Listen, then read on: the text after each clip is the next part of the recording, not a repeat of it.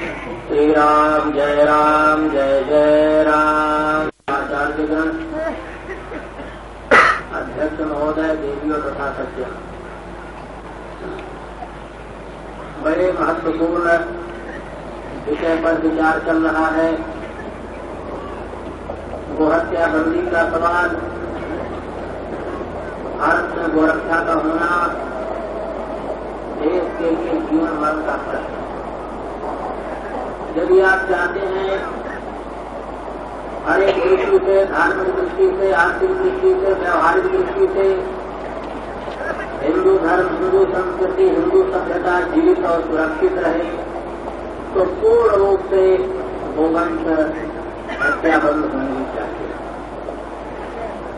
श्रद्धेय स्वामी कृपाचार्य जी महाराज के नेतृत्व में सन 47 से कई बार सत्याग्रह चला, जिसमें कई हजार लोग व्यक्ति जेल गए और कई ऐसे विद्वान महात्माओं का जेल में निधन भी हो गया। करोड़ों की संख्या में हस्ताक्षर सब भेजे गए, लेकिन भारत सरकार और राज्य सरकारों के काम पर कोई इसका प्रभाव नहीं पड़ा। सन 47 में, सन 50 में, 52-53 में कई बार आंदोलन चला। दूसरी संस्थाओं ने भी, आरएसएस वालों ने भी सत्याग्रह चलाया, प्रबुद्ध ब्रह्मचारी ने सत्याग्रह चलाया, और भी देश के जितने जो भक्त हैं सभी, कहीं कोई अनशन कर रहा है, कोई कुछ कर रहा है, बराबर ये प्रयास चलता रहा कि देश में गोहत्या बंद हो जाए। लेकिन आज तक गोहत्या बंद होना तो दूर रहा, अंग्रेजों के जमाने से भी बहुत अधिक मात्रा में, 4-5 मात्रा में गोहत्या भारत में जारी हो। आप सरकारी आंकड़े रिपोर्ट देख सकते हैं, उससे आपको ये बात निर्विवाद रूप से सिद्ध हो जाएगी कि अंग्रेजों के जमाने से भी बहुत अधिक गोहत्या शुरू हो।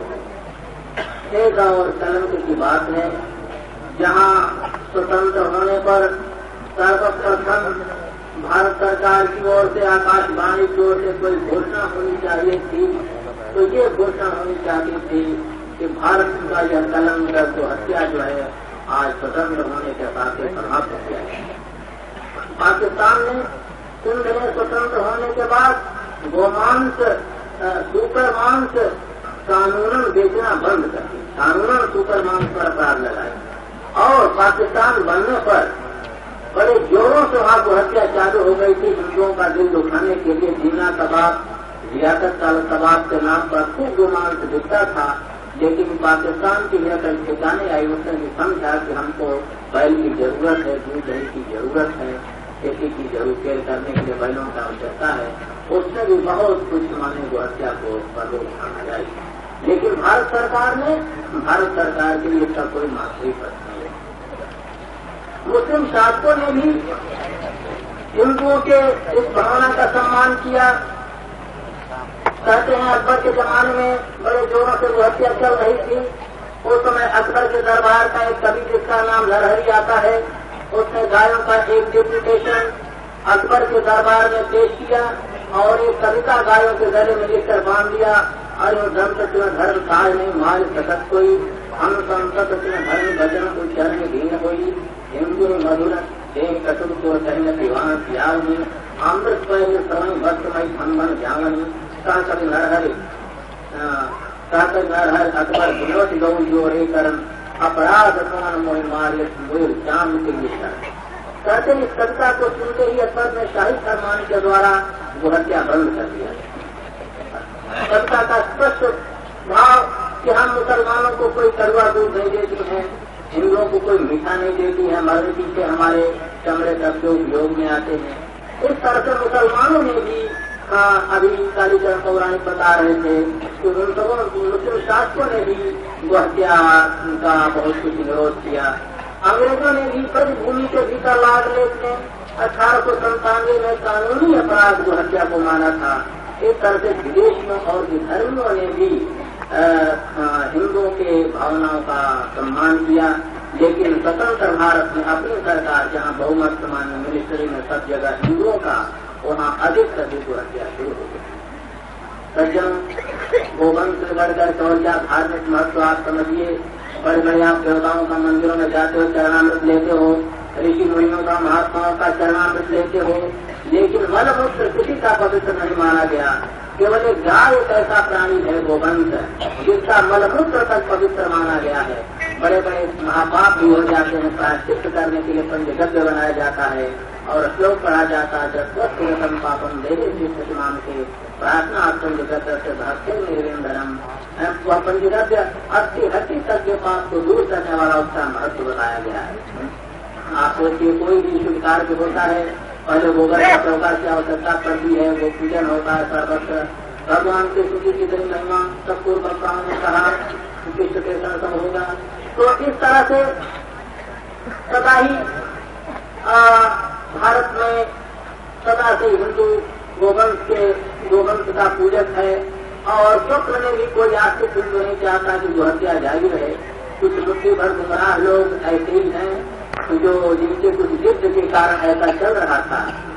दिवंगत आत्मा पंडित नेहरू एक बार मध्य प्रदेश की दिशा गए थे। आलोचना करना कोई खुशी की बात नहीं समझ रहा हूँ, प्रसंगवश बात कह रहा हूँ। एक बार विदिशा गए थे तो वहाँ कुछ लोगों ने हमारे नेतृत्व में वहाँ वो मक्खन दूध दही लोगों ने उनको भेंट किया था। हम भी थे। कहा गया साहब जो हत्या बंद होनी चाहिए, करके नोटिस छापते दिए गए। बहुत कुछ जा करके एक जनरल सभा में कहा, कुछ लोग जो हत्याबंदी के नारे लगाए, बड़े अच्छे लोग थे, समझदार थे, मालूम पड़ता रामबाड़ी परिषद के लोग थे, संगठन थे। लेकिन हम कैसे वो हत्या बंद कर सकते हैं जबकि देश में एक जात गोमांस खाने वाले। तो कितना गलत तर्क था। नेहरू के लोगों की जितनी प्रशंसा की जाए देशभक्ति की सब कुछ छोड़ी, लेकिन वो वंश के लिए नेहरू एक निर्दयी वास्तव में सिद्ध हुए। तो जरूरत इस बात की है संगठित होकर के एक ऐसा प्रयास हो, शांतमयी आंदोलन। और भाई हम तो अपना विचार तो कहते ही नहीं, शांतिपूर्ण बातें न सुने कि हमने कोई सभा का वो नहीं कह रहे थे अपनी कि बिल्कुल संध्याल से क्रांति करनी चाहिए जिससे पूर्ण रूप से हत्या बंद हो। इसके लिए हमारे जीवन भर का सवाल है कि चाहते हो तो धर्म सुरक्षित रहे, तो फिर और क्या हो सकता है, आपको भर मिलना अच्छा है। तो सज्जनों क्या कहें, बहुत लंबे जो है भाषण हो सकते हैं और होंगे। सवाल यही है वो हत्या बंद होना चाहिए। एक बार राजा महेंद्र प्रताप से हम बातचीत किए थे। हमने कहा मुस्लिम राष्ट्रों में गोवंश के संबंध में क्या धारणाएं हैं। उन्होंने कहा शाहमान हुजा ने एक बार हमसे बातचीत किया था ईरान में, तो कहता था हमारे कुरान शरीफ में शाम धर्म में भी गोपति जायज नहीं है, अनिवार्य नहीं है। तो इस तरह से केवल एक राजनीतिक स्वार्थ के लिए, राजनीतिक प्रभुत्व के लिए कुछ लोग जो जिद्दन वो हत्या चालू कर रखते हैं उनको समझा बुझा करके जिस तरह से बड़ी उपायों के द्वारा हत्या का आवश्यक है, इसके लिए माने दृढ़ तैयारी होनी चाहिए। और जैसा भी प्रस्ताव में सब सारा होगा, देश की अवधि होगी, लेकिन इसको अब राजनीतिक को पहलू भी नहीं बनाना चाहिए। बहुत से संस्थाएं जनसंघ वगैरह, हिंदू सभा वगैरह जो है अवसर पर जब चुनाव का प्रश्न आता है कहीं हत्याबंदी के वो आवाज नारा लगाते हैं, लोग समझते हैं कि उनको वोट लेने का साधन मान लिए हैं। इस तरह से सब मतभेदों को बुला करके एक दृढ़ संगठित ऐसे मत होकर के सभी संस्थाओं के द्वारा सभी आपके हिंदुओं को संगठित होकर के ये कितने मुस्लिम भी इसमें सहयोगी है। बाद उन्होंने चंदा भी दिया है, हृदय से चाहते भी हैं, ताकि हम विद्रोही चाहते थे, कहते थे यदि हिंदू चाहता है जो हत्या बंद हो तो सरकार को हत्या बंद करनी चाहिए। और कई बार आंदोलनों में इसके मुसलमानों ने, समझदारों उन्होंने चंदा भी भेजा। तो इस तरह से ऐसा प्रयास करके इस समस्या को दूर कर देना चाहिए। अत्यंत संक्षिप्त शब्दों में हम ये अपना प्रवचन समाप्त करते हैं।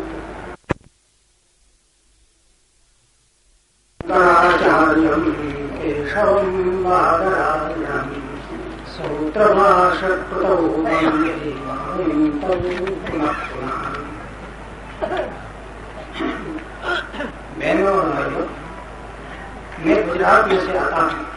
मेरी मातृभाषा गुजराती है। मैं हिंदी में बोल सकता हूँ, परंतु कदापि त्रुटि आए उस कारण से, और ये विषय कायदा कानून का भी है और मैं कुछ कानून जानता हूँ, उसके लिए मेरे को लगता है आप सर की रजामंदी से मैं जो इंग्लिश में बोलूं तो मेरे को आप कुछ माफ करना।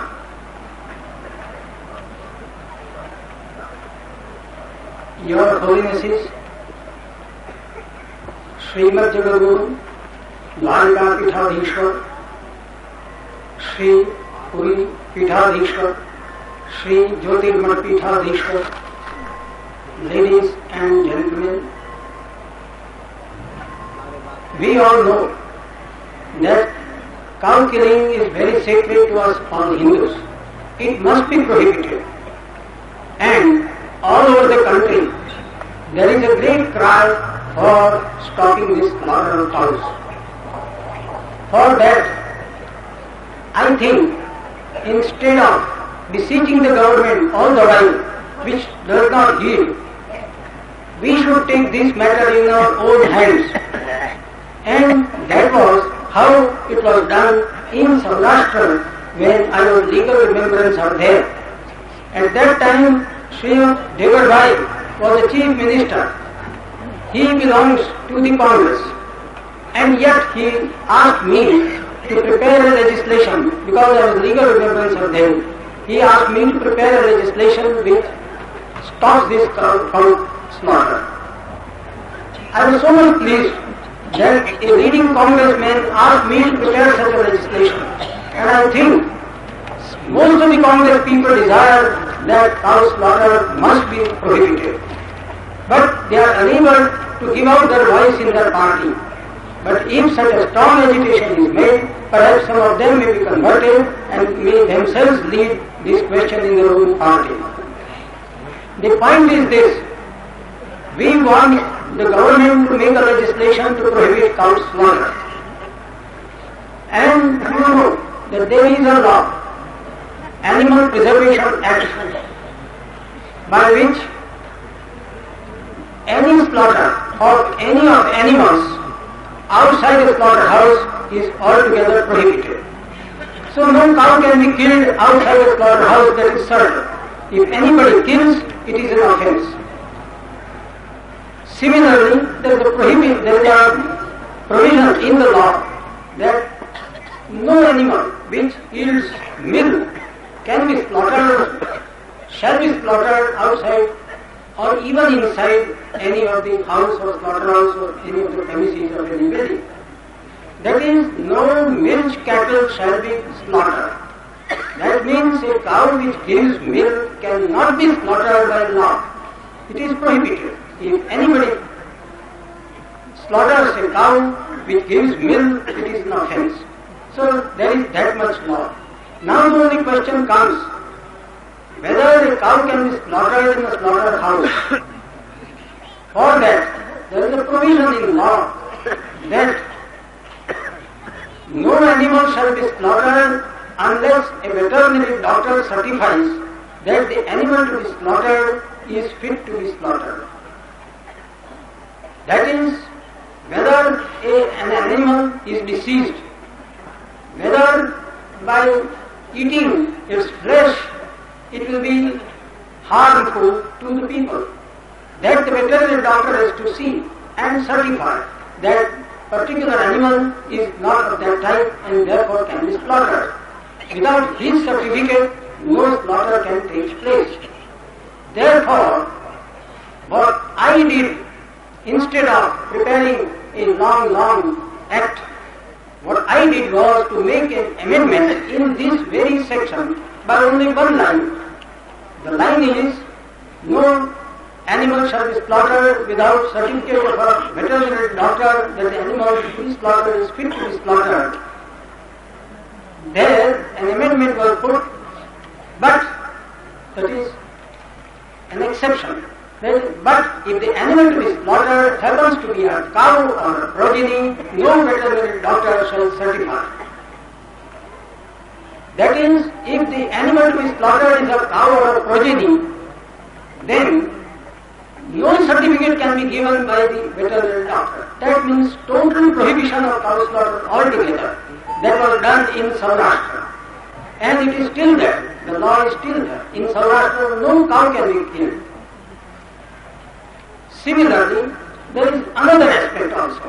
So, if any of our members in Parliament, either belonging to the Ram Rajya Parishad or the Hindu Mahasabha, prepares such an amendment to the law and brings a bill before the Parliament, he must agitate and convert people of the Congress party to this side, and then only, if majority of the votes can be obtained, then it is possible to get such a legislation made very easily. Then another aspect is there, that cows are killed in slaughterhouses, not outside. And who allows these slaughterhouses? Not the government, it is the municipalities. The municipalities give licenses for slaughterhouses. If the municipality, if any particular municipality stops the slaughter or stops giving license, no slaughterhouse can be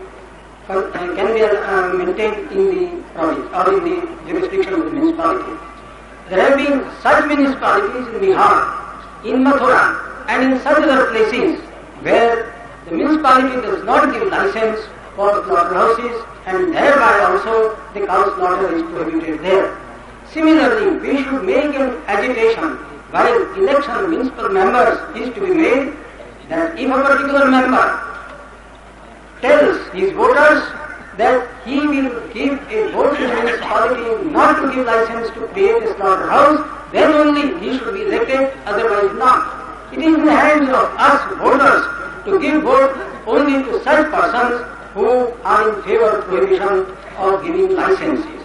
If in this way our own members are persuaded, then there will be no majority in the municipality to allow licenses to slaughterhouses. Therefore, I request all of you gentlemen to agitate whenever there is any election of any municipal members to be made, that if that particular member accepts the principle of not giving any license, then I think within a short time the slaughterhouses can be prohibited. So my request is both either to bring in, and there is an act, there is no doubt that there is an act, there is Animal Preservation Act, only it requires a small amendment. For that we should agitate. Our own some Parliament member must bring such an amendment act before the bill before the Parliament and convert people or the members to his side. And on another side, people should take this matter on their own hands and should not vote any member for municipality who does not accept this principle of not giving licenses for slaughterhouses. If no licenses are given, there will be no slaughterhouses and no slaughter of cows. This much my views I place before the people as a lawyer and as a person coming from Gujarat side, which is altogether in favor of prohibition of cow slaughter. I belong to the Baroda state, and the Baroda state has totally prohibited cow slaughter. The Maharaja of Baroda was Go Brahmana protector. Therefore, not even slaughter, but no cow could be auctioned off in execution of decrees. No cow. Supposing a cow is attached, then no cow could be attached, and no cow could be sold to a person who takes this profession of slaughtering. If any such person comes forward to purchase a cow in auction, then the auction should be stopped. The judiciary was asked not to proceed further with the execution and thereby save the cow. That was the law. But therefore I say that it is in our hands to make agitation both in Parliament and also outside in municipalities, whereby we can easily bring this stoppage of slaughter of cows within a short time. Thank you. गोरक्षा अभियान सम्मेलन अनुरोध करता है कि वर्तमान देशव्यापी अन्न संकट और महंगाई का मूल कारण गोहत्या है। कारण ये है कि सरकारी आंकड़े हमको बताते हैं, उनके अनुसार वर्तमान समय में 85 करोड़ मन दूध और 1.5 करोड़ मन घी की जो कमी हो गई है, ये स्वाभाविक है कि दूध और घी के न मिलने के कारण ही अन्न अधिक खाया जाता है। यदि आज इतना दूध और घी मिलता तो ये अन्न संकट का कभी अवसर ही प्राप्त न होता और इतनी महंगाई जो हो गई है ये कभी हमको देखने को न मिलती।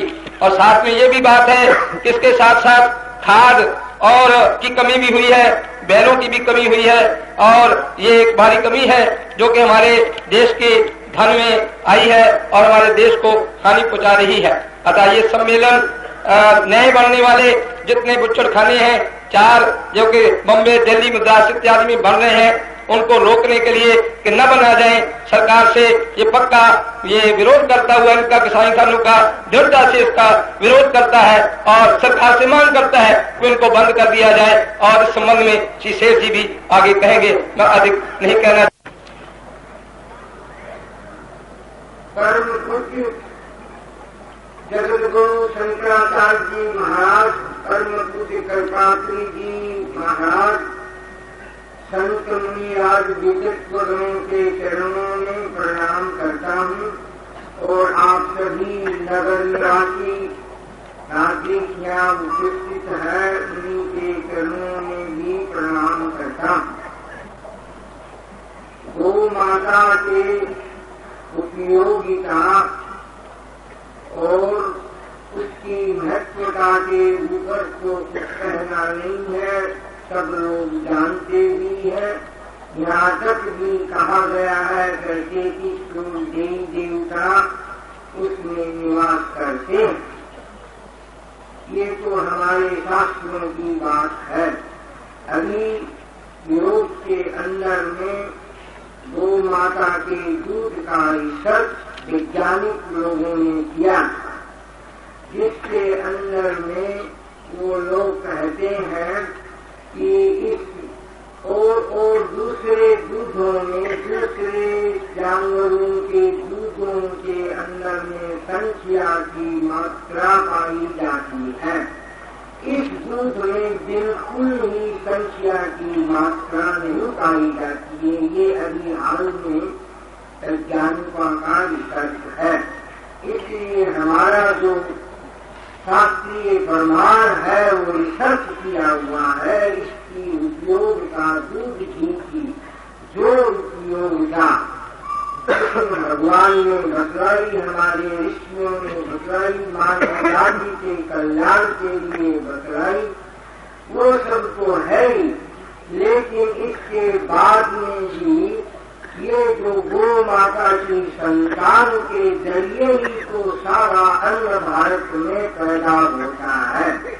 आज तो कुछ ये ट्रैक्टर आए हैं, वो कितने आए हैं मामूली, उसके मूल सिद्धांत को, सारी संस्कृति को नष्ट करना है। आप गंभीरता से देखेंगे तो ये सब काट कर खाने का इनका प्लान है और ये ट्रैक्टर खड़ा करके वो ही भौतिक बाद में फिरा जाने का इनका प्लान है। तो इसमें धर्म की, अर्थ की, काम की, मोक्ष की, सभी की रक्षा का सवाल उत्पन्न होता है। और ये सवाल उत्पन्न नहीं होता है, हम जिस माता का दूध पी करके और हमारी संतान वृद्धि करती है और उसका तमाम मनुष्य जाति, हमारे भारत की तमाम मनुष्यता, उसके उत्पन्न हुए नाद से हम जीवित रहते हैं। तो ये कृतज्ञता और कृतज्ञता का सवाल भी हमारे ऊपर पैदा होता है। तो ये बड़ी भारी विषमता की बात है। तो अब सवाल तो ये है कि ये आखिर में बंद कैसे हो, ये गो हत्या बंद कैसे हो। घी मिलना बंद हो गया, दूध मिलना भी बंद हो गया और कितनी बातें होगी खराबी की, वो तो नजर सैंपल नजर आ रहे हैं आपके सामने। जो कितने शहरों के अंदर में अनाज के बारे में ये जो लूटपाट हो रही है, अनाज भी नहीं मिलता है आज खाने के लिए। अमेरिका से 46 करोड़ मन और 43 करोड़ अमेरिका से 3-4 करोड़ और दूसरे मुल्कों से इन 6 महीना के अंदर में अनाज इम्पोर्ट हुआ है। वो जुलाई से चला था तो फरवरी तक आएगा। इस पर भी लोगों की भूख को मिट्टी में सारे राजस्थान क्या, सारे भारत में क्या, केरला में भी अभी तक चल रही है। यहाँ से चावल जा रहा है पंजाब से, उधर तमाम लोग कितना भयंकर उत्पात है, ये संकट है, ये सब प्रायश्चित है, ये तमाम ऋषि मुनियों का और हजारों वर्षों का रिसर्च स्टेटमेंट लोकमान तिलक सरकार, सब लोगों का, गांधी जी सरकार, सब लोगों का कहा हुआ कि ये हमारा स्वराज होते ही अरविंद का विश्वास दिलाया गया था स्वराज के अंदर में, उस आंदोलन में, कि हमारा राज्य होते ही, स्वराज होते ही ये पहले को 15 मिनट में बंद कर देंगे। 15 मिनट को लग रहा, 15-17-18 वर्ष बीत गया और आंख भी खुलती नहीं। अभी मुनि जी ने कहा कि अंग्रेजी राज से ज्यादा हत्या हो रही, ये बात ठीक है। तो ये भयंकर अवस्था ये चल रही है, ये असल में बंद कैसे होगी? सवाल तो ये है। पूज्य कल्पात्री जी महाराज, हाँ, एक अभी विनोबा जी कलकत्ता में आए थे, कुछ ही महीने हुए। हम लोग एक डेपुटेशन लेकर उनके पास गए थे कि इस विषय में भी आप बंगाल के अंदर में कुछ बोलिए। तो उन्होंने एक दफे को कहा, हम कई दफे बोल चुके, हमने कहा एक दफे फिर बोलिए, ये बंगाल है, यहाँ स्लोटर हाउस सारे भारत का बन गया है ये, तो यहाँ बड़ी आवश्यकता है। तो उन्होंने कहा हम बोलेंगे। श्रीमंत लोग और भी कई क्यों गए थे उसमें डेपुटेशन में, तो 3 रोज बाद ही जो 4 बंगालियों की मीटिंग थी, उसमें बड़ी सुंदर स्टेटमेंट उन्होंने की, जो आज तक भी शायद किसी ने की होगी। उस स्टेटमेंट की हमने कापियां छपाकर पूरी हिंदी और अंग्रेजी के अंदर में और तमाम पार्लियामेंट के मेंबरों को भेजी, विधानसभा के लोगों को भी सारे भाषण भेजी।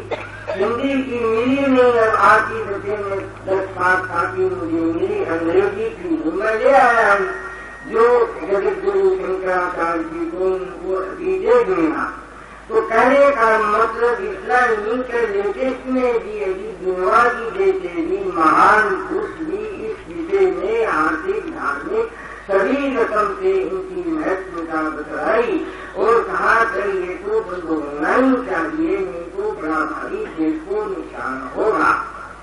ये सब चारों में से बोलते हैं, सारी हिंदू जाति, सारी स्कूल आदमी, कितने बड़े बड़े विद्वान, कितने बड़े बड़े आचार्य, कितने बड़े बड़े धर्मावलंबी, बड़े बड़े लोग और सभी की भावना, और ये फिर बंद नहीं होती। बड़ी आश्चर्य की बात है, आज तो वोटों पर राज्य होता है, जब काम आता है तब वहीं जाकर सब भूल जाते हैं, लोग शीतलता आ गई चारों में, ये क्या कारण है, कहाँ खोट है, ये सब देखना होगा। ये बड़ा भारी घुसकर इसके भीतर में निरंतर खोज करनी होगी।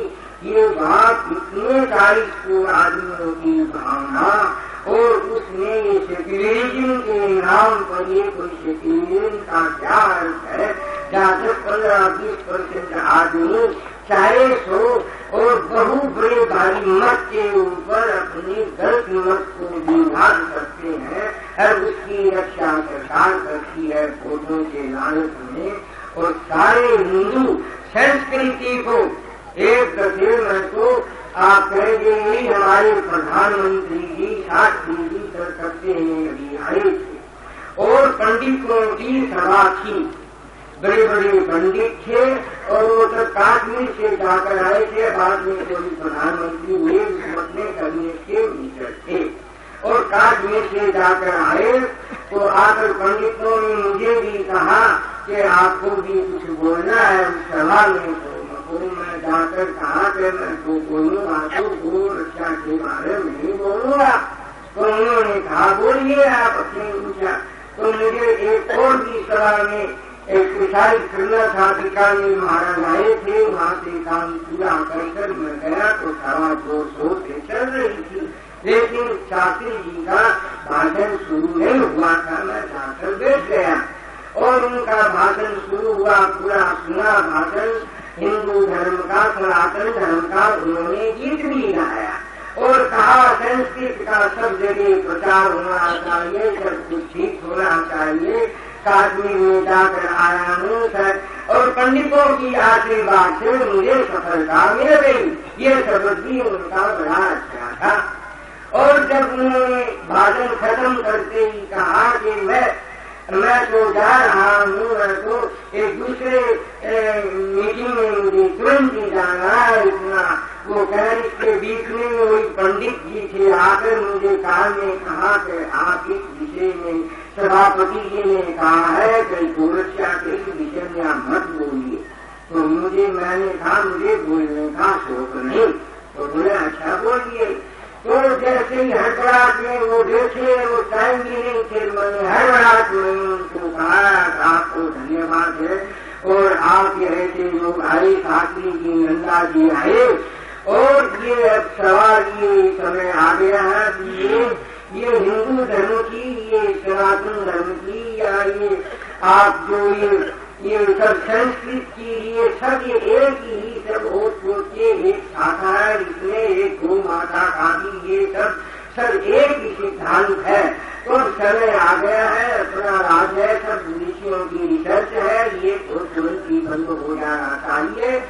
और मैंने पूरे कड़े शब्दों में भी हड़बड़ाहट की। उसने कहा अगर ये नहीं होगा तो इसका परिणाम भूतले है और ये नेचर में दंड है और ये कृतज्ञता का सवाल है, ये भी कह दिया तो ये भोगना पड़ेगा।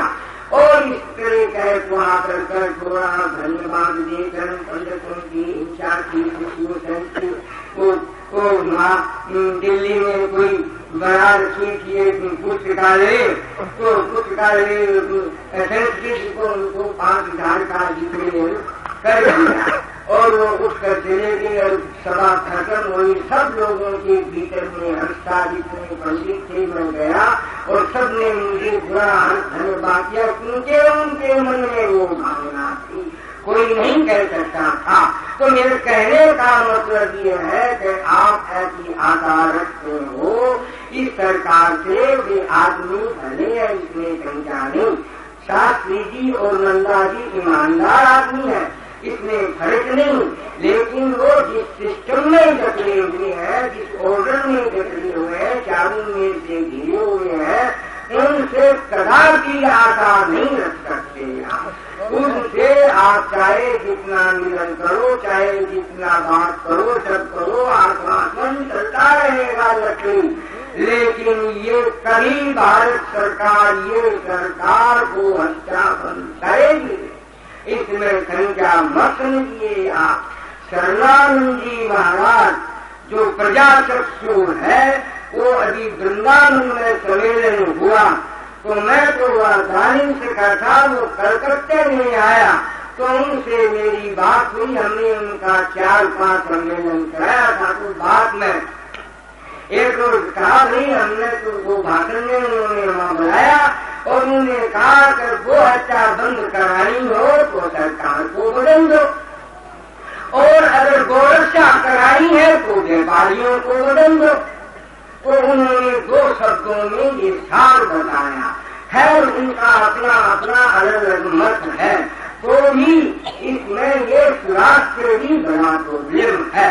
सुराग के अंदर में बड़ी भारी त्याग करनी पड़ी थी, बड़ा भारी सैक्रिफाइस बलिदान युवकों का, हजारों लोगों का बलिदान देना पड़ा था।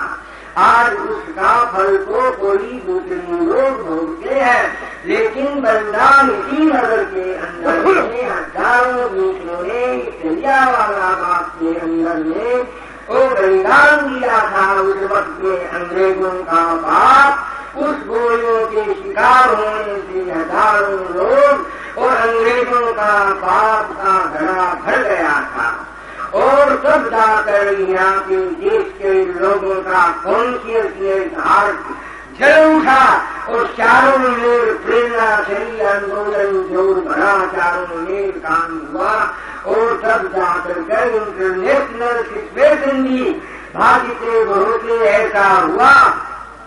सभी कारणों से देश में स्वराज तो हुआ, लेकिन स्वराज क्या, आज हम बड़ी अच्छी बात है अगर ये स्वराज राम राज में परिणित हो जाए तो कितना आनंद है, स्वराज का कोई ठिकाना नहीं।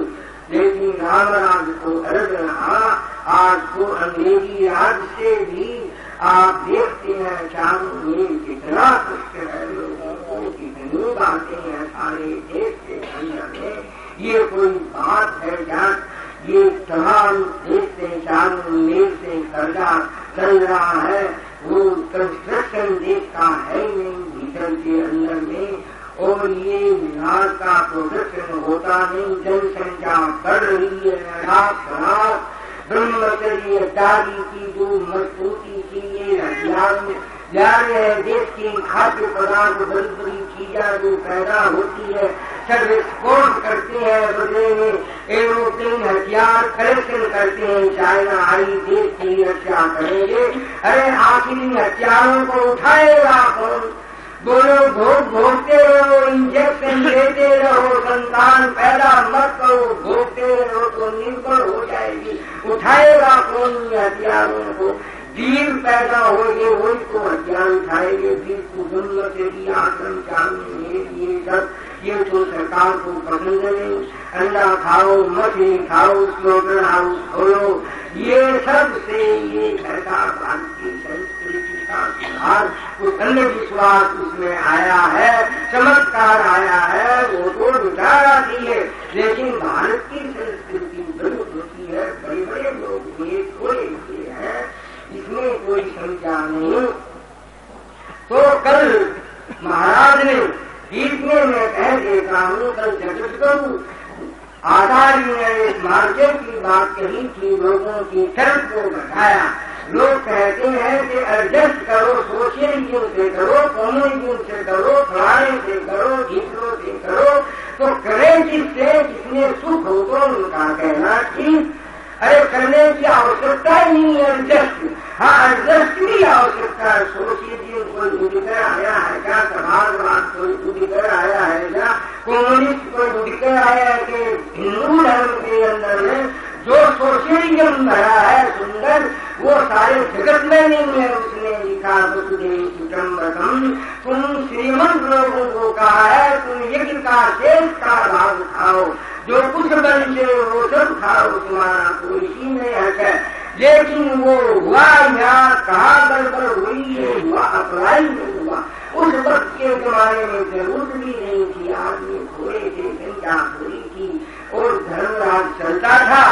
लेकिन आज संख्या बढ़ गई, वो जरूरत थी, वो मास अप्लाई नहीं हुआ, वो सिद्धांत थे, वो व्यक्तिगत सिद्धांत में रहेंगे। एक लोग हाई क्वालिटी के हुए जो दूसरे नहीं हुए। जरूरत है मास अप्लाई की, वो सिद्धांत है। मास में कैसे लागू, साधारण जनता के अंदर में एक सिद्धांत होते हैं, वो सब तो एडजस्ट करने की वो बात है। आपके युग परिवर्तन कर रहा है ये युग एक युग आता है 100 वर्षे, 7 वर्षे, 20 वर्षे, तो युग चल रहा है सोशलिज्म का। हमारे अंदर वो बात वो लेकिन से नारा लगाया है, कोई कम्युनिज्म चलता, उनमें सुख नहीं है, दुख भी है, सुख भी है, सब है, शांति नहीं है। तो हमारे अंदर में जो सिद्धांत है हिंदुइज्म के अंदर में, तो हिंदू सोशलिज्म की याद सरकार है, परंपरा आगे की जो परंपरा इंपीरियलिज्म, जो इंपीरियलिज्म का जो परंपरा है वो सबको बड़े बड़े लोगों को साधना होगा। इस जगत के अंदर में, इस युग के अंदर में वो बातें कर नहीं सकती, जनता ग्रहण कर नहीं सकती, उसके अंदर में नजर नहीं आता। चाहे इनके भीतर में वो कितनी बातें हम सिद्धांतों की, धर्म की सोचते हैं, लेकिन हमारा वो आदर देखते हैं हमारे श्रीमंतों का, व्यापारियों का आचरण देखते हैं, मंदिर में जाते हैं, हमारे घर का आचरण, हमारा बर्ताव लोगों के साथ में आचार देखते हैं, धर्मगुरुओं का आचार देखते हैं, इंटीरियरिज्म ठाटवार देखते हैं तो उनके हृदय को वो सब विश्वास उत्पन्न नहीं होता है, वहाँ तेज उत्पन्न नहीं होता है। तेज चाहिए आज के युग में, तेज निकलेगा हिंदू सोशियलिज्म, वो सिद्धांत और उसके भीतर में शाकाहारी समाजवाद होगा, सर्वत्र को हत्या होगी, सर्वत्र शाकाहारी होगा, तमाम लोगों की एकदम से जैसे कृपात्री जी महाराज ने दूसरे संजय का सब सुखी सबको एक समान कहे, सब बातें कही, तो इस तरह तो ये बातें ये सिद्धांत को लेकर के हमारी बड़ी बड़ी आकांक्षी चलेंगे और ये असल में वो हत्या का बंद का सवाल है, तो ये सत्याग्रह करना होगा। और स्वराज्य के ऊपर से ये बड़ा भारी प्रॉब्लम है, स्वराज से ही बड़ा प्रॉब्लम है ये, तो इसलिए ये यूनाइटेड हिंदुइज्म हो रहा है। ये सब सिद्धांत 3-4 हिंदुइज्म आर्य समाज है, एक RSS का गुरु जी है, उसने 25 लाख मेंबर बतलाते हैं, सनातन जगत है। इस तरह ये 3-4 प्रॉब्लम है, लेकिन सबका अलग अलग हिसाब है, अलग अलग सिद्धांत है, अलग अलग नारा तो एक ही समुद्र में पड़ता है, लेकिन यहाँ अलग अलग नदियां हिसाब कर रखा, संगठन नहीं है।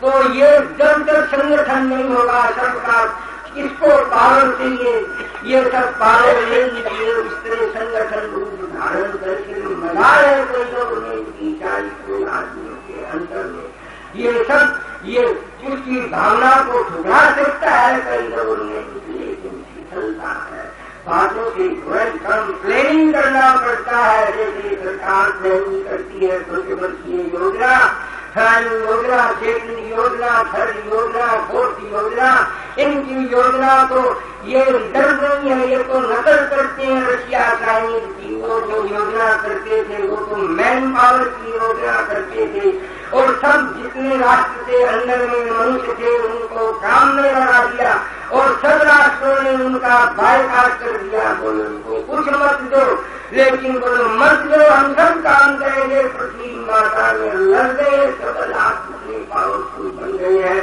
बन गए खाली भौतिक तत्व के अंदर में। तो हमारे अंदर में पूरे 40 आदमी वो सब काम कम करते हैं, खेती बाड़ी की जो भी ऐसे परिस्थिति के वश करते हैं, ऐसे शोध नहीं होता है, कितने आदमी सब वर्क में लगना होगा, तमाम प्रोडक्शन बढ़ेगा, तब जाकर इतना काम चलेगा। तो इस तरह ये सत्याग्रह का मूवमेंट करना होगा। सत्याग्रह 2 रकम का होता है, एक सत्याग्रह सरकार के ऊपर, और यूनाइटेड हिंदुइज्म होगा तब होगा वो सत्याग्रह, सब मिल जाएगा तो उसका पूरा असर आएगा। दूसरा सत्याग्रह मैं नहीं समझता हूँ, मेरा कहना गलत है, परंतु निर्णय में आया वो आप दूसरों के सामने रखता हूँ। जैसे एक स्कीम ऐसी भी है आकाशवाणी की कि भाई हम और को क्या करें, ये शक्ति प्राप्त करने के लिए भगवान से उपवास करेंगे, प्रार्थना करेंगे, महीने में 2 करेंगे, 4 करेंगे, 6 करेंगे, और योग भी करेंगे, ये सब भी करेंगे, ये भी काम की बात है। लेकिन इससे और भी नीचे की बात है, जैसे अभी मुनि जी ने कहा कि भगवान कृष्ण की आराधना करते हैं, लोग हजारों लाखों आदमी मंदिर में रोज जाते हैं, यहाँ जाते हैं, कलकत्ते में जाते हैं और मंदिर में जाते हैं, और कलकत्ते बम्बई में तमाम शहरों में जाते हैं, इधर जाते हैं, उधर जाते हैं, इसमें संख्या में लाखों अस्सी कूद जाते हैं, और वही कृष्ण की गाय रोज करती है, उसका कोई सवाल ही नहीं है, उनकी चेतना ही नहीं है, केंद्र नहीं है उनके भीतर में, तो वो आराधना करती। इनका ये है गंज है उनका, उनकी कहानी को भाषण किया तो वो गंज है अंदर से, समझ लीजिए करोड़ों स्त्री पुरुषों को कि भगवान कृष्ण की जब गाय करती है, और गाय की इतनी महिमा बतलाई है कि क्यों देवी देवता है ही वो तो बात साइंस है, अगर 33 करोड़ देव देवता क्या उसमें साइंस है, शब्दों के अंदर में विज्ञान है, तो फिर वो आराधना कैसी, तो वो सत्याग्रह हो सकता है। हम ये कर सकते हैं आचार्य जो जितने धर्मावलंबी आचार्य है हिंदू धर्म के, और एक ऐसा सत्याग्रह होगा सरकार को चेतावनी दे करके कि जितने मंदिर है भगवान कृष्ण के, सब मंदिरों के अंदर में हड़ताल होगी, भगवान कृष्ण से भोग नहीं लग सकता। जब भगवान की गाय कटती है तो भगवान के भोग कैसे, भगवान भोग कैसे ग्रहण कर सकेगा हमारे हाथ से। तो हड़ताल होगी चारों तरफ, पंडों को सैक्रिफाइस करना होगा, उनको भी कोई भोग टोक नहीं आएगा। और जब भगवान कृष्ण के भोग नहीं लगेगा तो लाखों स्त्री पुरुषार्थ है वो सब हड़ताल करेंगे। सिर्फ जगतगुरु को थोड़ा ही भूख हड़ताल करना पड़ेगा, लाखों स्त्री हड़ताल करेंगे। कलकत्ते में बैठेंगे, बम्बई में बैठेंगे, इधर बैठेंगे, उधर बैठेंगे, लाखों सब सरकार का आसन गिर जाएगा। 2 रोज रहेगा, 4 रोज रहेगा, 5 रोज रहेगा, 10 रोज रहेगा, ऐसे ही 15-15 20 2 महीना तक हमारे जेलों के अंदर में तो उपवास चलता है, स्त्रियां करती है कृष्ण मास के भीतर। और फिर भगवान के निर्माण और गौ माता के निर्माण के अक्षर 15 रोज का उपवास तमाम भारत के शहरों में भगवान कृष्ण के अंदर में लाखों स्त्री को उपवास मिल गया। वो अपने ऊपर उपवास है, सरकार के ऊपर कोई निर्णय नहीं है। हम भगवान कृष्ण बोलता है कि हम तुम्हारे हाथ का भोग कैसे करेंगे जो गैया करती है, अरे सरकार नहीं मानती है, हम भोग नहीं करते हैं तो लाख नौकरी कुछ करते हैं कि भगवान भोग नहीं करते तो हम भी भोग नहीं करती है, तो सरकार घबरा जाएगी, भोग किसका लेगी। ये सब होना चाहिए अभी से प्लानिंग, ये सब इलेक्शन के पहले होना चाहिए, तब इसका आंकलन जुड़ेगा। और एक तो यह सत्याग्रह का रूप है, दूसरा रूप है 5 लाख आदमी जेल भेजना होगा, बम्बई कलकत्ता इधर उधर ये सब हिंदुइज्म सैक्रिफाइस त्याग करना होगा, अपराध के माफी त्याग बलिदान करना होगा। आदमियों से काम नहीं, इसलिए तमाम सेठों को, श्रीमंतों को, ये धन श्रीमंत जो राजी हो रहे हैं आज धन के फंदे हैं, वो सब के चारों में पकड़ धकड़ हो रही है। राजा गए, महाराजा गए, और शेख राजा के मारी जा गए, अंग्रेज के, अरे शेखों की बारी आ गई है, देखना है तो देख जाइए, और नहीं तो ये सरकार शेखों को भी खत्म करने वाली है। अब इसमें कोई बात नहीं है, जनता का युग है, जनता का राज आएगा, सर्वत्र हैप्पीनेस होगी। ये वैक्यूम ये सब जगह एक खरीदा, एक जगह तो करोड़ रुपया पड़ा है, खाने वाला नहीं है, सेठ की हेल्थ खराब है, स्त्रियों का मुंडा धुलाया हुआ है, और एक तरफ लाखों हजारों आदमी भूखे मर रही है, हिसाब नहीं है, झूठा बलता तो बल जाकर सारा छूटने वाला नहीं है। मध्यम श्रेणी के लोगों का एक लड़की का शादी करे तो लड़कियां 20-25 वर्ष की बेटी है, जाओ 20,000-25,000 रुपया साधारण आदमी कहा से जाकर। तो ये जो स्थिति भयंकर हो रही है, ये ठहरने वाली नहीं है, ये बड़ी गति से बदलने वाला है, क्रांति होने वाली है।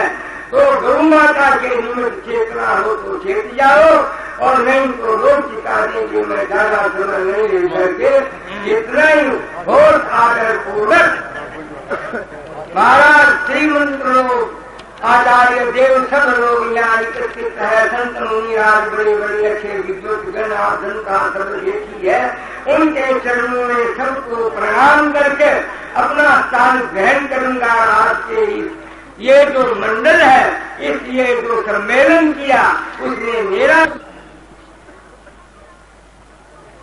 आपने अनेक वक्ताओं के भाषण सुने और अध्यक्ष महोदय के भी भाषण सुने। ये आपको मालूम होना चाहिए कि अध्यक्ष जी हमारे जोगड़ जी केवल मात्र भाषण ही नहीं देते, वो स्वयं भी सत्याग्रह में सम्मिलित हुए और कलकत्ता के सत्याग्रह में हमारे साथ जेल में रहे, और बहुत से सेठ साहूकार जमानत दे दे करके चले गए जेल से, लेकिन कोई जमानत की बात नहीं मानी और बराबर जेल में रहे, बड़ी खुशी से रहे। हम लोगों के साथ ऐसे सामान्य जीवन था उस प्रकार का अपना सामान्य जीवन व्यतीत करते रहे। और जब भी मौका होता है, अब भी इनका कहना है कि अगर होगा सत्याग्रह तो हम भी पहुंचेंगे, बिल्कुल आगे आएंगे। ये सदा सर्वदा इनका ऐसा भाव रहता है। तो कहने का अभिप्राय ये है कि जो केवल उपदेश करता है, करता नहीं, उसकी बातों का असर थोड़ा पड़ता है। जो जैसा स्वयं करता है वैसा कहता है, उसके कहने का असर दूसरा होता है। तो इससे आस्तिकों को, सज्जनों को उत्तम ढंग की प्रेरणा लेनी चाहिए और गोहत्या बंदी के लिए, गोरक्षा के लिए कुछ न कुछ करना चाहिए। आखिर कब तक ये टालम टोल करेंगे? भारतवर्ष में अपना राज्य होने पर भी गोहत्या बंद न हो, कितने शर्म। अंग्रेजों के जमाने में हम कह सकते थे साहब हम पराधीन हैं, हम स्वतंत्र हैं, अंग्रेजों का राज है, गोहत्या होती है, हमारे कुछ घर हो नहीं सकता। मुगल साम्राज्य में भी हम कह सकते हैं साहब मुगलों का राज था और हम पराधीन थे, परतंत्र थे, हम कुछ घर नहीं सकते थे, गोहत्या होती थी। लेकिन आज तो आपके शासक कहते हैं कि ये राज्य जनता का राज्य, जनता का राज्य। आज किसी एक राजा का राज्य नहीं, किसी विदेशी शासन का शासन नहीं, आज तो आपका अपना राज्य है।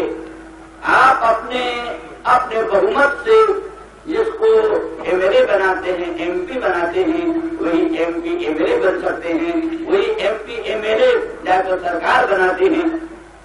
तो आज सरकार कोई अच्छा काम करे तो उसका श्रेय भी आपको, आज कोई सरकार बुरा काम करे तो उसका भी उत्तरदायित्व तो आप करें। जॉन लॉक इंग्लैंड के एक महान राजनीतिज्ञ थे, उनका कहना था स्वतंत्रता बड़ी अच्छी चीज, स्वतंत्रता बड़ी अच्छी चीज, परंतु अगर उस स्वतंत्रता के साथ उसकी सभी बहन सतर्कता रहे तो। अगर स्वतंत्रता की सभी बहन सतर्कता न रही, सतर्कता माने सावधानी, सतर्कता, स्वतंत्र हो लेकिन आप साथ ही साथ सतर्क हो, तब तो स्वतंत्रता कीमती। और अगर सतर्कता न रही, वो स्वतंत्रता मिल गई तो वो स्वतंत्रता अभिशाप है, वरदान नहीं। माने सतर्कता के बिना स्वाधीनता वरदान नहीं है, अभिशाप। भूखों मरने की स्वतंत्रता कोई स्वतंत्रता नहीं, नंगा नाच नाचने की स्वतंत्रता कोई स्वतंत्रता नहीं है, आत्महत्या की स्वतंत्रता कोई स्वतंत्रता नहीं है, शराब पीने की स्वतंत्रता कोई स्वतंत्रता नहीं, भाई बहन की शादी करने की छूट मिल जाए स्वतंत्रता कोई स्वतंत्रता नहीं। तो जहां सतर्कता नहीं है, ऐसी स्वतंत्रता वरदान नहीं है, अभिशाप। आपको स्वतंत्रता मिली, उस स्वतंत्रता के साथ आपको सतर्कता होनी चाहिए। आप अपने बहुमत से जैसी सरकार बनाते हैं, जैसे लोगों को एमपी एमएलए बनाते हैं, तो आपको सतर्क रहना चाहिए हमारे मत का सदुपयोग हो रहा है कि दुरुपयोग हो रहा है।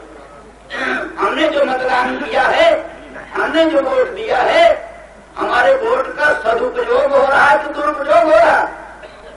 ऐसा नहीं, ऐसा तो नहीं कि हमारे ही वोट से बनी हुई सरकार हमारे धर्म की हत्या कर रही, हमारे वोट से, हमारे मतदान से बनी हुई सरकार हमारे गायों की हत्या करा रही, हमारे बैलों की हत्या करा रही, हमारे धर्म, हमारी संस्कृति, हमारी सभ्यता का सर्वनाश कर रही है।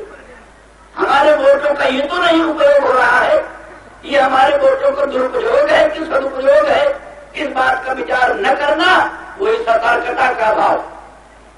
अगर आप में सतर्कता है, सावधानी है, तो जरूर अपने मतदान का क्या सदुपयोग हो रहा है, क्या दुरुपयोग रहा है, इस संबंध में विचार करना आवश्यक है।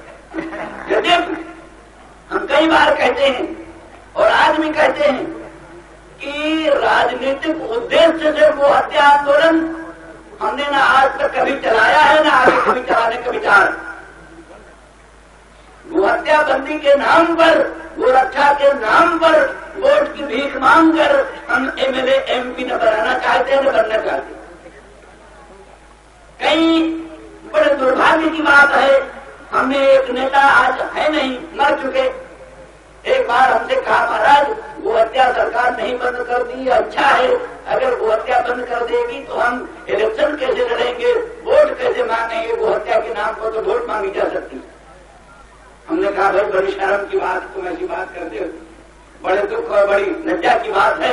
इसी को सरकार आगे रखती है, सरकार कहती है और कांग्रेसी लोग कहते हैं ये तो गोहत्याबंदी आंदोलन नहीं, गोरक्षा का आंदोलन नहीं, ये तो एक प्रकार का राजनीतिक चंद, ये तो केवल राजनीतिक स्वार्थ सिद्धि के लिए ये सब आंदोलन होते हैं, ऐसा लोगों को कहने का अवकाश मिलता।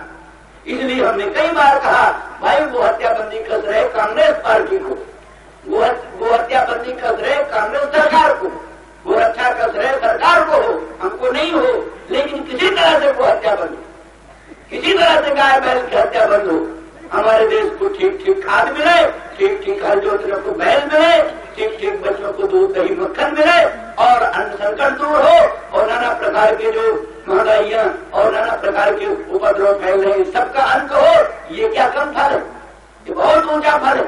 तो ऐसी स्थिति में किसी राजनीतिक उद्देश्य की सिद्धि के लिए नहीं, किसी राजनीतिक प्रयोजन की सिद्धि के लिए नहीं, तो शुद्ध रूप से गोरक्षा के लिए, शुद्ध रूप से गोहत्याबंदी के लिए, जो कि देश की मांग है, देश के लिए अत्यावश्यक है, जितना आवश्यक रोटी है, जितना आवश्यक पानी है, जितना जरूरी कपड़ा है, उससे भी ज्यादा जरूरी आज गोरक्षा, गोहत्याबंदी। हम कहते इस समय जितना अन्न संकट आया हुआ, जितना भीषण से भीषण प्रकार का महंगाई का भयंकर दैत्य उपाय हुए चला रहा, किसी से कुछ कर धरे नहीं हो रहा, अनेक प्रकार के उपाय किए जा रहे हैं, कोई उपाय सार्थक नहीं हो रहा। समय समय पर भिन्न भिन्न स्थानों में आजकल उपदेश चल रहा है कई पार्टियों का, लूटो और बांटो, लूटो और बांटो, उपदेश पार्टियों की चल रहा है, खुले प्लेटफार्म पर कई पार्टियां उपदेश करती है लूटो और बांटो। तो जहां लूटो और बांटो का उपदेश होने लग गया, आप कल्पना कीजिए क्या उस राष्ट्र का भविष्य होगा, उस राष्ट्र की क्या स्थिति होगी। आप इस बात को गंभीरता से सोचें। इस तरह से जहां लूटो बांटो के सिद्धांत का विस्तार होगा, खुले प्लेटफार्मों पर से जहां एक व्याख्यान होगा लूटो और बांटो, और अन्न की भीषण महंगाई और लूटपाट शुरू हो जाए, गन्ने लूट लिए जाए, घर घर से भी गन्ने लूट लिए जाए, तो वहां आप क्या समझते, कोई संशासन, कोई स्थिति। तो ऐसी परिस्थिति में इन सब बातों का दूसरा उपाय है भी नहीं, उपाय एक ही है कि जरूरी है, ये भी आवश्यक है कि हम सब दीनदार ईमानदार बने, सदाचारी बने, सच्चरित्र बने, क्योंकि बहुत सी बातें ये भी हैं कि अन्न की कमी न होने पर भी अन्न की कमी बनाई गई, माने अन्न की महंगाई, अन्न की कमी कुछ बनाई गई भी है, व्यापारियों ने बहुत सा धन छिपा लिया है, माने क्या ना भ्रष्टाचारी व्यापारी और भ्रष्टाचारी सरकारी कर्मचारी दोनों के साथ गांठ, भ्रष्टाचारी व्यापारी, भ्रष्टाचारी सरकारी कर्मचारी दोनों के साथ गांठ से ये अन्न की महंगाई बढ़ रही।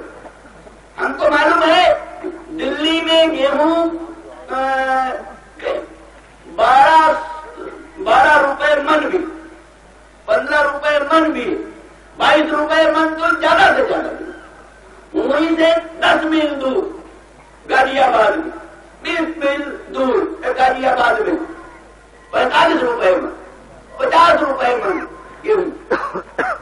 जो रक्षक है, सीमा रक्षक, नियम है यहां से गेहूं बाहर न जाए, दिल्ली से गेहूं बाहर न जाए, बड़ा प्रतिबंध है, पता है गेहूं कितने ही ट्रक जाते हैं गेहूं, और जो उसमें लाभ होता है उसमें सरकारी कर्मचारी, भ्रष्टाचारी सरकारी कर्मचारी और भ्रष्टाचारी व्यापारी दोनों के साथ गांठ से बराबर तस्कर व्यापार चलता है।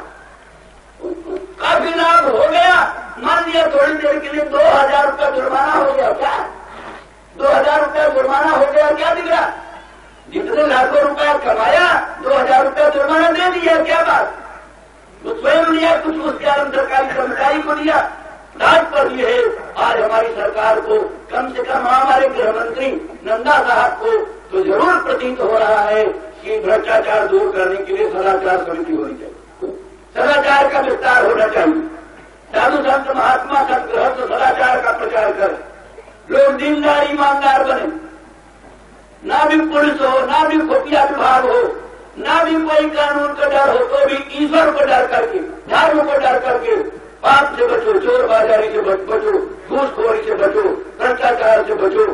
ये बिना सदाचार हमको जब तक ईश्वर से डर नहीं होगा, केवल पुलिस का डर, हम किसी तरह से पुलिस के आंख में धूल डाल सकते हैं, अदालत के आंख में धूल डाल सकते हैं, कानून को ठग सकते हैं, कॉन्स्टिट्यूशन को धोखा दे सकते हैं, लेकिन ईश्वर को धोखा नहीं दे सकते, धर्म को धोखा नहीं दे सकते, अपनी अंतरात्मा को धोखा नहीं दे सकते। तो इस तरह से यदि हमको अंतरात्मा पर विश्वास होगा, अपने धर्म पर विश्वास होगा, ईश्वर पर विश्वास होगा, तो पुलिस ना भी होगी, खुफिया विभाग ना भी होगा, अदालती डर ना भी होगा, तो भी हम चोर बाजारी से बच सकेंगे, घूसखोरी से बच सकेंगे, भ्रष्टाचार से बच सकेंगे। तभी ऐसे भीषण अन्य संकट खत्म हो सकेंगे, तब ऐसे भीषण महंगाई के उपद्रव खत्म हो सकेंगे।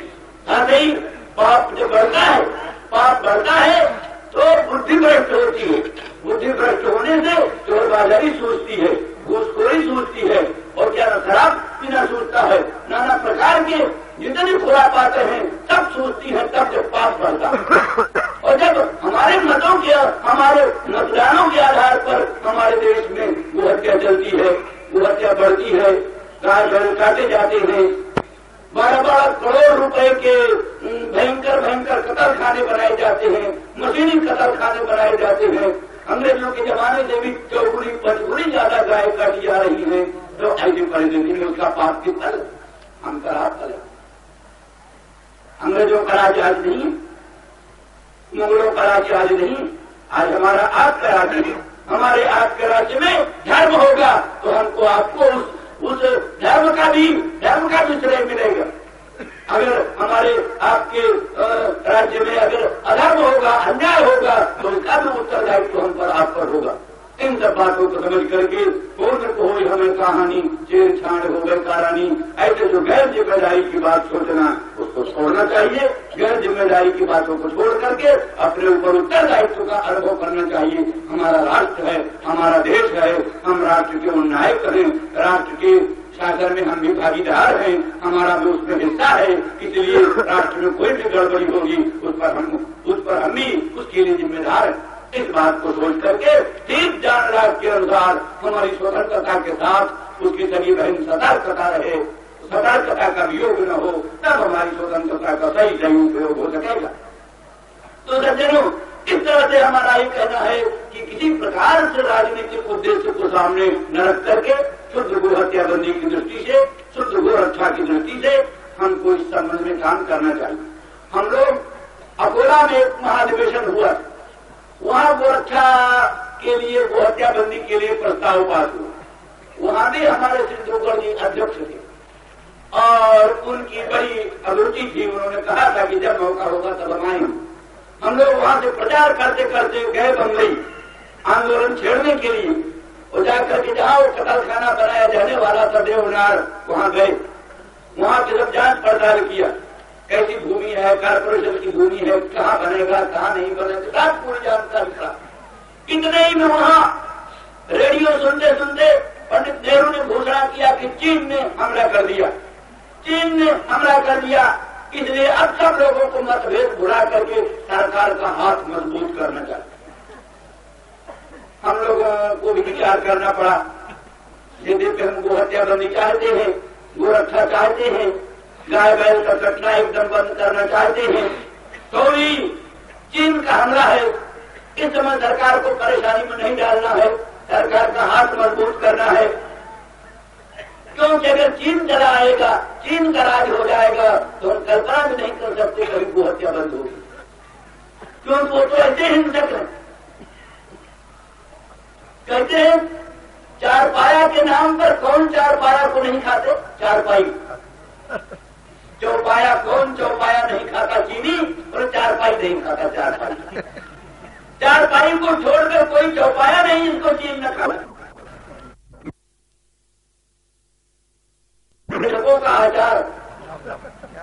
मेढकों का आचार, छिपकली का आचार, छिपकली का आचार, कुत्ते की मांस, विष्ठा से कीड़ा पैदा करके खाते, विष्ठा में कीड़ा पैदा किया और कीड़ों का साग बनाया, रात और कीड़ों का साग आई। तो ऐसी चीज आएगा। अभी तो हमारी सरकार में कितने ईमानदार हैं, कितने दीनदार हैं, कांग्रेसियों में भी कितने सज्जन ईमानदार दीनदार हैं, जो सोचते हैं कि हाँ गो हत्या करनी जरूरी।